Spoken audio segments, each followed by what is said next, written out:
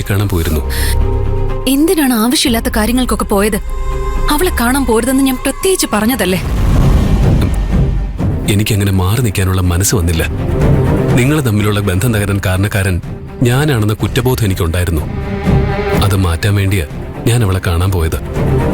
എന്നിട്ട് എല്ലാം എന്റെ തെറ്റാണെന്ന് ഞാൻ അവളോട് പറഞ്ഞു.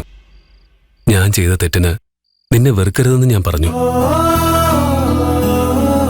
പക്ഷെ അവളുടെ മനസ്സ് മാറ്റാൻ കഴിഞ്ഞില്ലല്ലേ? അതെ, അവൾക്ക് വല്ലാത്ത വാശിയ. എന്നോട് കാണിക്കുന്ന ദേഷ്യം എനിക്ക് മനസ്സിലാക്കാം. പക്ഷേ നിന്നോടും കുഞ്ഞിനോടും പോലും അവൾക്ക് ദേഷ്യം ഉണ്ടാവുമെന്ന് ഞാൻ കരുതിയില്ല. ഇത്രയും കുറച്ച് സമയം കൊണ്ട് അവളുടെ മനസ്സിൽ നമ്മുടെ കുടുംബത്തിലുള്ള എല്ലാവരോടും ഇത്രയും വെറുപ്പുണ്ടാവുമെന്ന് ഞാൻ വിചാരിച്ചില്ല. ഞാൻ വളർത്തി വലുതാക്കിയ കുട്ടിയാ മഹിമ. എനിക്ക് അവൾ എങ്ങനെ പ്രതികരിക്കുമെന്ന് അറിയാവുന്നതുകൊണ്ട് ഗിരിയേട്ടനോട് ഈ കാര്യത്തിൽ ഇടപെടരുതെന്ന് ഞാൻ പറഞ്ഞത്. ഇപ്പൊ അവൾക്ക് എന്നോടുള്ള ദേഷ്യം കൂടി കാണുകയുള്ളൂ. ദയവ് ചെയ്ത് ഇനി ഞങ്ങളുടെ ഇടയിൽ വരരുത്. ഞാൻ പറഞ്ഞല്ലോ, ഞങ്ങൾ തമ്മിലുള്ള പ്രശ്നങ്ങൾ ഞങ്ങൾ തന്നെ തീർത്തോളാം. Manju, I am sorry. ഒന്നും മനഃപൂർവ്വമായിരുന്നില്ല. ഗിരിയേട്ടൻ മനഃപൂർവ്വം അല്ലാതെ ചെയ്യുന്ന കാര്യങ്ങളും എനിക്ക് ദോഷമായിട്ടാ ഭവിക്കുന്നത്.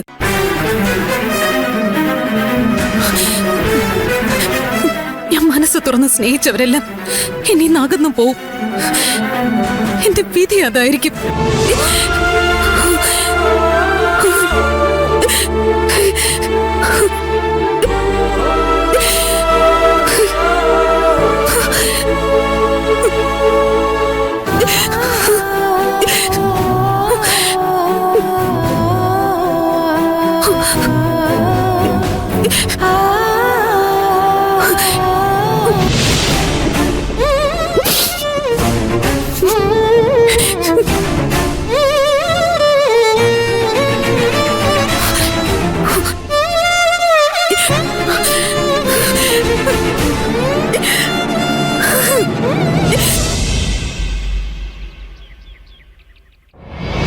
ക്യാഷായിട്ട് തന്നാൽ മതിയല്ലോ.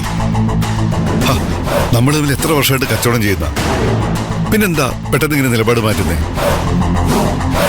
എല്ലാത്തിനും ഒരു വഴി ഉണ്ടാക്കാന്നേ.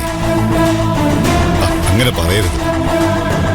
ഹലോ ഹലോ ഹലോ,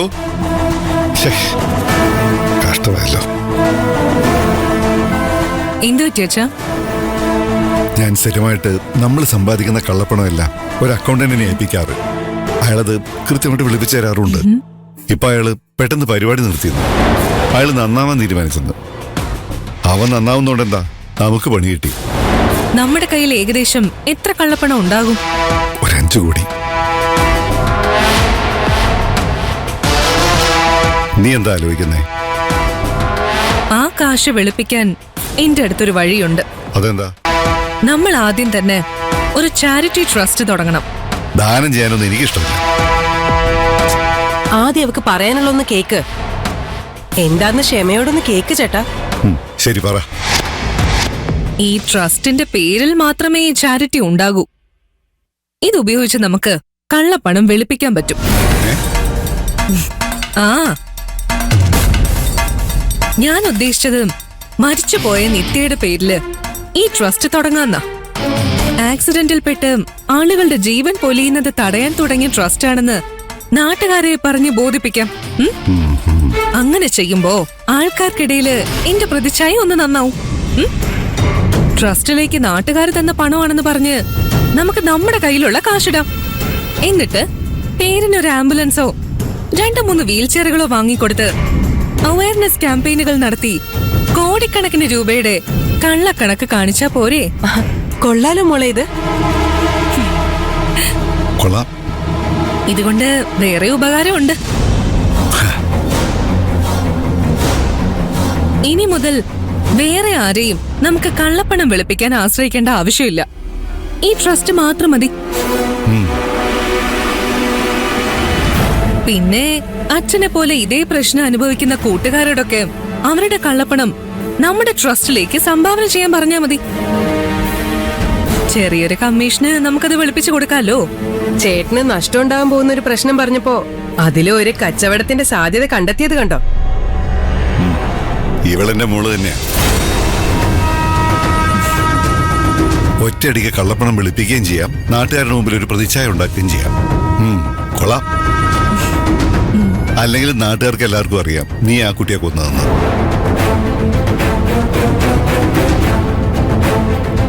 അവളുടെ ഓർമ്മയ്ക്കായിട്ട് നീ ഇങ്ങനൊരു നല്ല കാര്യം ചെയ്യുമ്പോൾ നാട്ടുകാർക്കെല്ലാം നിന്നോട് സ്നേഹവും തോന്നും.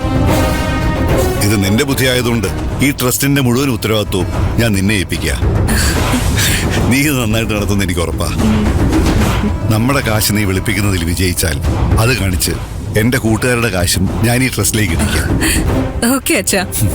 ഇവിടെ പോലൊരു മകളുള്ളപ്പോ എന്തിനാ ആൺമക്കള്?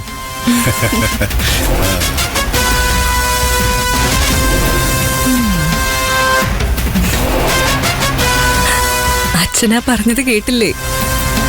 സഞ്ജുവിനെ അച്ഛൻ പതുക്കെ മറക്കും. പിന്നെ എനിക്ക് മാത്രമായി ഈ വീടിന്റെയും കമ്പനിയുടെയും അധികാരം കിട്ടും. സഞ്ജു എന്റെ കാൽ കീഴിലായിരിക്കും.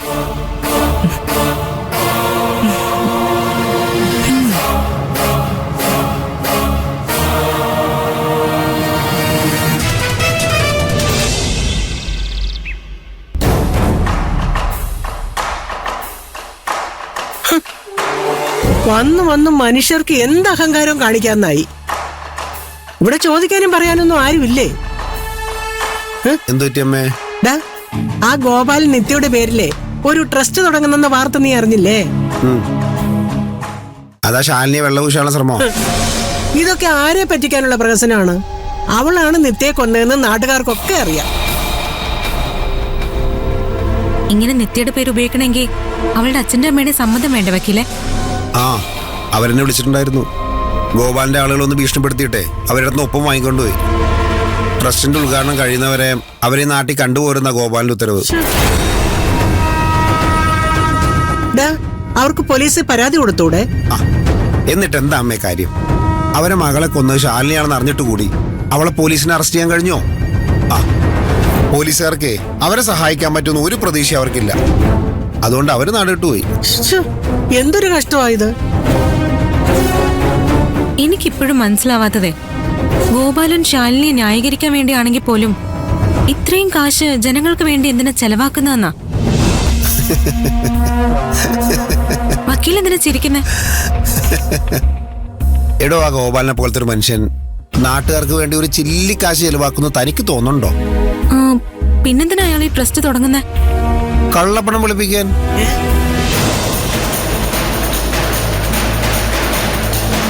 അയാൾ നികുതി വെട്ടിച്ചു മയക്കുമരുന്ന് വിറ്റുണ്ടാക്കുന്ന കാശ് നാട്ടുകാരുടെ കയ്യിൽ നിന്ന് പിരിച്ചു കിട്ടിയാണെന്നും പറഞ്ഞ് ട്രസ്റ്റിലിടും. എന്നിട്ടേ എന്തെങ്കിലും കള്ളക്കണക്കുകളൊക്കെ കാണിച്ച് ആ കാശൊക്കെ ചെലവായി എന്ന് വരുത്തി തീർക്കും. അപ്പൊ അതിനുവേണ്ടിയാണ് നിത്യയുടെ പേര് ഇവർ ഉപയോഗിക്കുന്നതല്ലേ? മരിച്ചിട്ടും ആ പാവത്തിന് അവർക്ക് വെറുതെ വിടാറായിട്ടില്ല. എടാ, ഇയാളുടെ ഉദ്ദേശം ഇതാണെന്ന് നിന്നെ പോലെ പോലീസുകാർക്കും അറിയില്ലേ? അറിയാമേ. എന്നിട്ടെന്താ പിന്നെ അവരൊന്നും ചെയ്യാത്ത? അമ്മേ, അവർക്ക് ഗോപാലിനെ ചോദ്യം ചെയ്യാനുള്ള ധൈര്യമൊന്നുമില്ല. ആ കള്ളപ്പണം പിടിക്കുന്നത് പോയിട്ട് ചടങ്ങിനെ ഗോപാലിന്റെ കാശിന് സെക്യൂരിറ്റിക്കിലായിരിക്കും അവരെ പണി. പോലീസുകാർ ഗോപാലനെതിരെ ഒന്നും ചെയ്യാതെ നിൽക്കുമായിരിക്കും.